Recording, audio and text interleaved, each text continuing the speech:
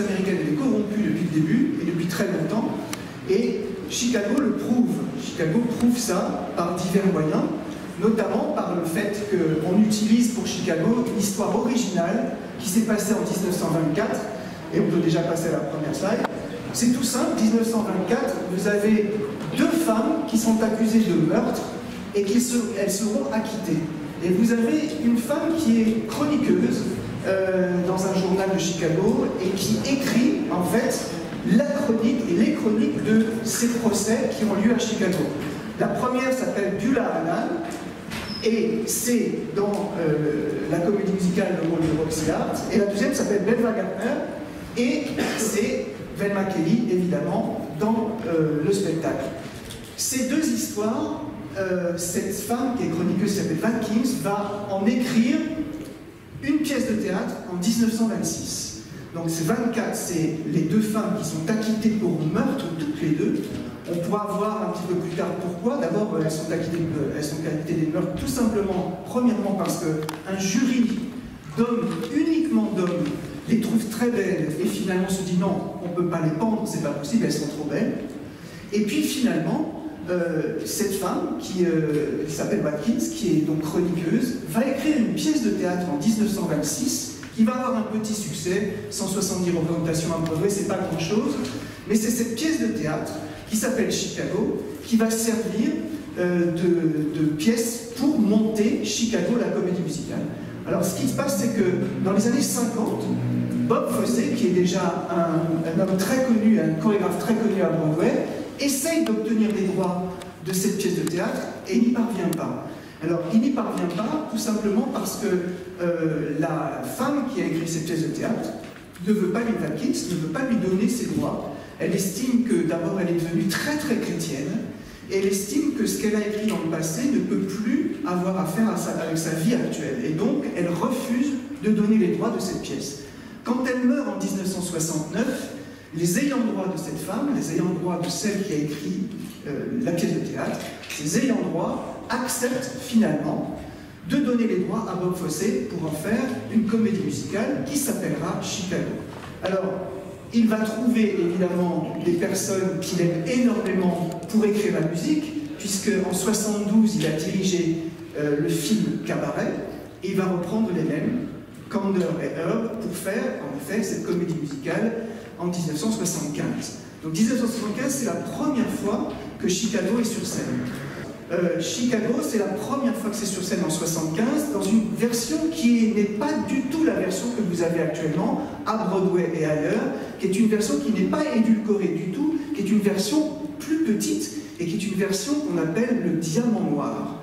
La première version est une version en couleur, avec des très jolis costumes, avec des décors, et cette version, elle fonctionne pendant à peu près 900 représentations, mais ce n'est pas un énorme succès, parce qu'en même temps que Chicago, il y a à Broadway Chorus Line, et Chorus Line est un énorme succès. Voilà. Alors, Chorus Line remporte tous les Tony Awards en 1975, et puis finalement, Chicago repart bredouille des Tony Awards, et Chicago n'est sauvé de la faillite, entre guillemets, que pour une seule raison. D'abord, on a des personnes qui sont les premières, Velma Kelly et Roxy Hart. Donc Velma Kelly, on a Chita Rivera, et Roxy Hart, je vais vous en parler après, et Roxy Hart tombe malade pendant le premier été des représentations. Elle tombe malade parce qu'elle a avalé une plume, et en avalant cette plume, la plume s'est infectée, et pendant l'été 1975, on est obligé d'arrêter les représentations, et puis c'est Liza Minnelli qui va venir faire le rôle de Roxy Hart. Et c'est Liza Minnelli qui va sauver le show à ce moment-là. Pourquoi on a choisi Liza Minnelli? Tout simplement parce qu'elle était dans le film Cabaret, montée par Bob Fosse, et puis elle a voulu rendre service à ces gens-là parce qu'elle a obtenu un Oscar, elle veut rendre service, donc elle va remplacer Gwen Verdon. Gwen Verdon qui était la femme de Bob Fosse, pour qui il a vraiment écrit Chicago. Il a écrit Chicago pour sa femme, c'était dans la corbeille de divorce, parce qu'ils ont divorcé, et dans le divorce, elle a voulu qu'il lui écrive un spectacle, et ce spectacle, c'est Chicago. Donc voilà ce qui se passe à peu près jusqu'en 1975. Vous avez donc le spectacle qui dure jusqu'en 1977 et qui ferme en 1977 Mais il y a un album de ce spectacle. Et cet album, il est totalement culte. Alors, on va maintenant repasser un tout petit peu plus loin, justement, dans les slides. Encore, voilà, voilà. Cet album, il est culte tout simplement parce que, il a été fait alors que personne ne voulait enregistrer l'album. Ils ont insisté pour enregistrer l'album, et cet album est devenu culte. Et puis, au fur et à mesure des années, la plupart des aficionados de comédie musicale ont commencé à acheter cet album et à l'avoir dans la bibliothèque comme étant un des albums les plus importants de la comédie musicale américaine. Alors, pourquoi on est arrivé à une autre comédie musicale, presque, par la suite en 1996? En fait, le City Center est un endroit à New York où on monte des spectacles qui sont des versions concerts de comédie musicale. Le City Center, ça s'appelle les spectacles Encore, et ces spectacles Encore sont montés 3 fois par an avec des comédies musicales qui sont extrêmement peu connues et elles font partie du patrimoine américain.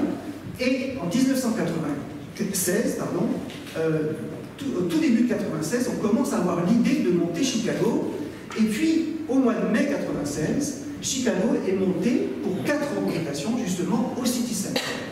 Et ces 4 représentations sont un énorme succès. C'est-à-dire que même Kander et Hub, qui ne voulaient pas y aller, parce qu'ils se sont dit qu'ils avaient autre chose à faire, donc les auteurs de la comédie musicale, vont au City Center et sont époustouflés par l'ambiance qu'il y a dans cette salle.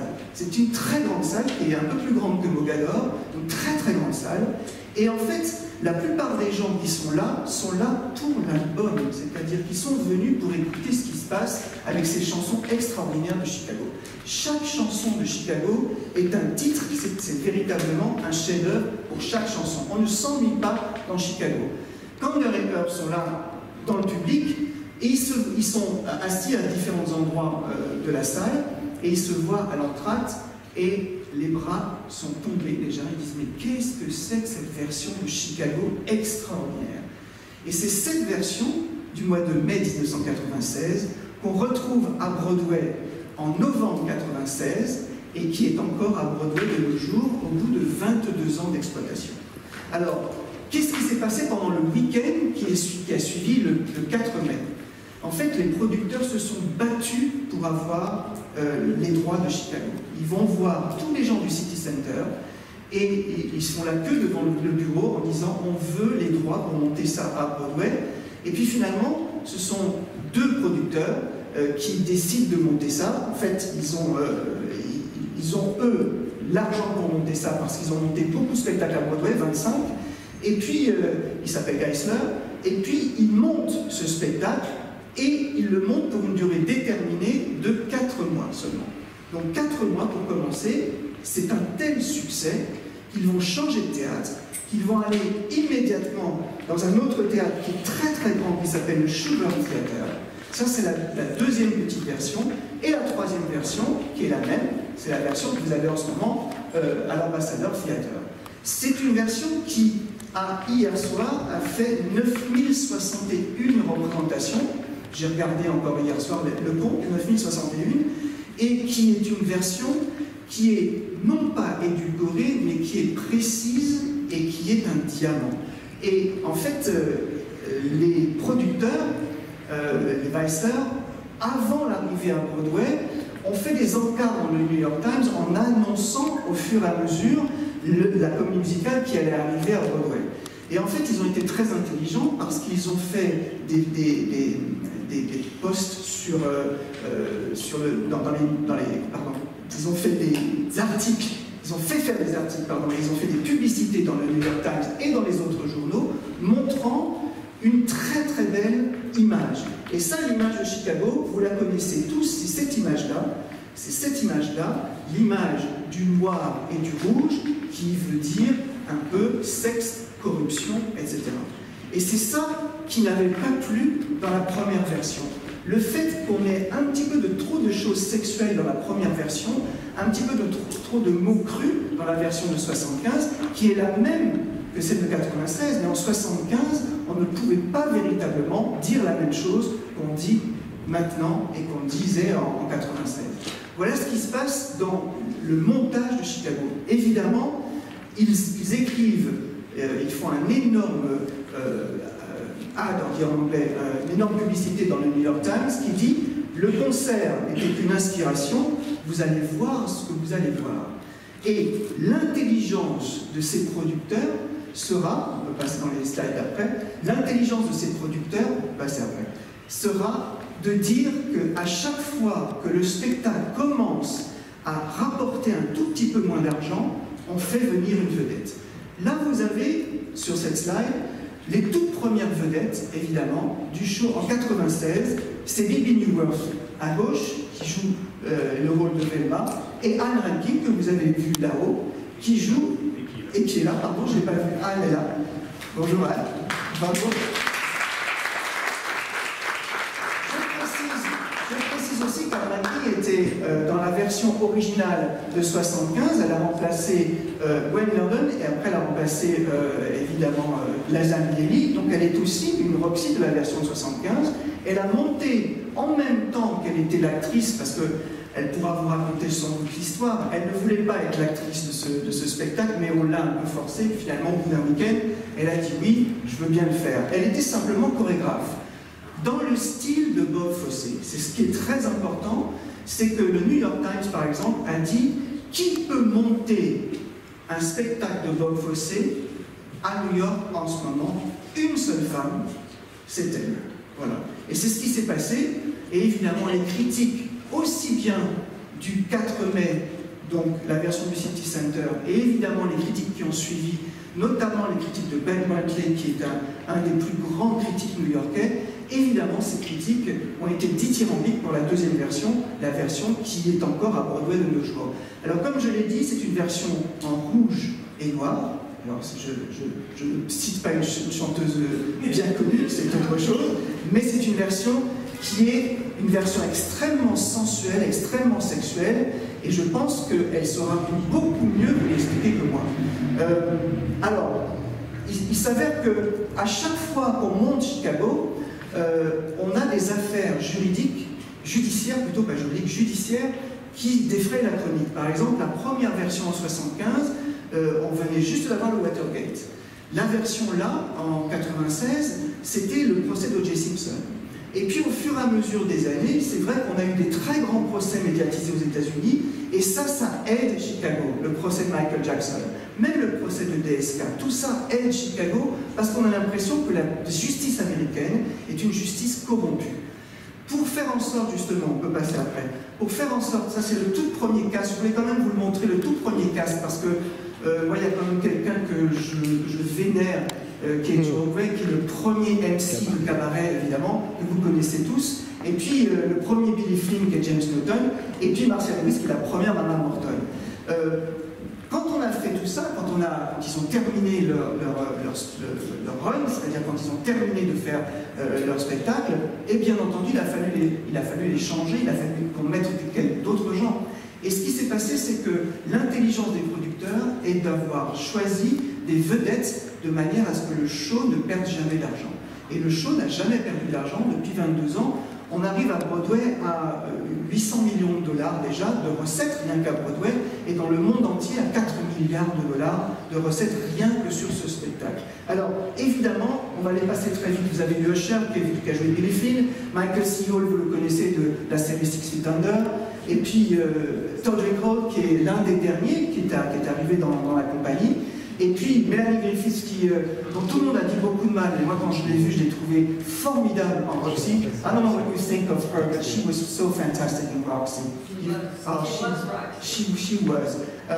En fait, chaque rôle de Roxy est fait non pas pour le personnage, mais pour la personnalité de l'acteur et de l'actrice. Et en fait, c'est vrai que Melanie Griffith jouait un rôle qui était très petite fille, très mignonne, etc. Et c'était vraiment très intéressant. Et évidemment, Brandy a joué le rôle, Wendy Williams, tous ces gens ont fait que le show n'a jamais perdu de chiffre d'affaires. Et surtout, le show, à chaque fois qu'il y a une baisse de fréquentation, invite une vedette. Et c'est ce qui fait que le show fonctionne autant. Là, vous avez Cuba Gooding Jr., qui était le dernier de Londres il y a très très peu de temps. Et puis on arrive maintenant, je crois, à nos vedettes françaises, que vous avez reconnu là-haut, et puis où est-ce qu'il est? Je ne sais pas où il est, le Billy Finn, il est là ou pas? Non, il n'est pas là. Ah si, il est là-bas, il est là-bas. Et puis Jean-Luc, que j'ai essayé de copier aujourd'hui, mais je n'y suis pas vraiment arrivé. Voilà, donc tout ça pour vous dire que dans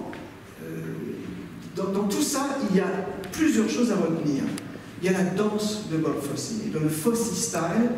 Je ne sais pas si vous vous rendez compte de qui est Madame Rankin. C'est une légende de Broadway absolue. C'est-à-dire qu'on est dans la présence, d'une femme qui est à Broadway depuis des dizaines d'années, qui a été l'égérie de Bob Fosse et qui est en effet est quelqu'un qui est extrêmement respecté dans le métier et qui a recréé la chorégraphie dans le style de Bob Fosse. Elle vous dira plus de choses tout à l'heure sur le style de Bob Fosse, je pense que ce n'est pas à moi de vous en parler, mais moi qui suis un ancien danseur et qui ai dansé aussi du style de Bob Fosse, je peux vous dire que les danseurs ont, avec cette dame, un respect absolu.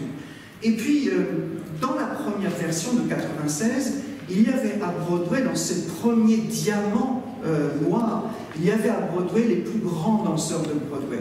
John Mineo, Bruce Anthony Davis, tous ces gens qui étaient les meilleurs danseurs de Broadway, c'est ça qui a fait en sorte que le spectacle a eu un énorme succès, grâce notamment, évidemment, à Bebe Neuwirth et à Al Rankin, qui ont mené ça tambour battant. Évidemment, au fur et à mesure, on les a remplacés. Caroline O'Connor a joué le rôle aussi. Et il faut vraiment que vous ayez en tête que ce spectacle est l'une des pépites de Broadway, l'une des pépites de la comédie musicale. On en a fait énormément de choses, on en a fait des albums, et le film n'est pas tout à fait la même chose que ce que vous voyez sur scène ici. Vous allez voir sur scène ici ou à New York. Le film est beaucoup plus embelli, on va dire, par des costumes. Or ici, vous avez la chorégraphie, uniquement la chorégraphie, les personnages, la musique et les mots incroyables qui sont utilisés dans cette comédie musicale. Ce sont des mots et ce sont des chansons qui sont inoubliables et qui sont tous des tubes. Il n'y a pas un seul truc à jeter dans Chicago. Dans d'autres comédies musicales, y compris Cabaret, on pourrait se dire on peut se débarrasser de ça. Pas dans Chicago, on se débarrasse de rien. Le spectacle de A à Z est ce qu'il est et il est extraordinaire.